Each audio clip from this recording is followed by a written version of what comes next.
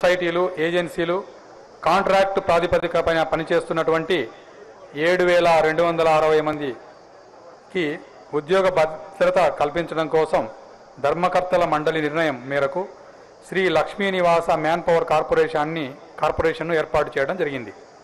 దశలవారీగా వీరందరినీ కూడా కార్పొరేషన్ పరిధిలోకి తీసుకొచ్చే ప్రక్రియ జరుగుతూ ఉంది. ఈ కార్పొరేషన్లో చేరటం అనేది చాలామందికి చాలా అవగాహన లేక కార్పొరేషన్లో చేరితే ఉద్యోగ భద్రత ఉండదు అనేటువంటి విషయాన్ని అందరూ అనుకుంటున్నారు.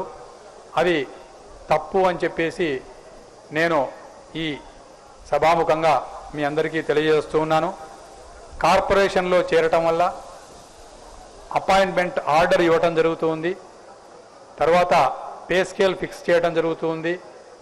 తర్వాత వారికి అన్ని సౌకర్యాలు పర్మనెంట్ ఎంప్లాయీస్కి ఉండేటువంటి సౌకర్యాలు అన్నీ కూడా దర్శన సౌకర్యం అయితేనేమి, లడ్డూ సౌకర్యం అయితేనేమి, ఇవన్నీ కూడా వాళ్ళకు అందబోతూ ఉన్నాయి. కాబట్టి కార్పొరేషన్లో చేరేటువంటి ఎంప్లాయీస్కు మంచి భవిష్యత్తు ఉంటుందని చెప్పేసి నేను ఈ సభాముఖంగా మీకందరికీ తెలియజేస్తూ ఉన్నాను. ఎవరైనా కార్పొరేషన్ గురించి అబద్ధ ప్రచారం చేస్తే నమ్మొద్దు అని చెప్పేసి మీ అందరికీ ఈ సభాముఖంగా నేను విన్నవించుకుంటూ ఉన్నాను. తిరుమల తిరుపతి దేవస్థానంలో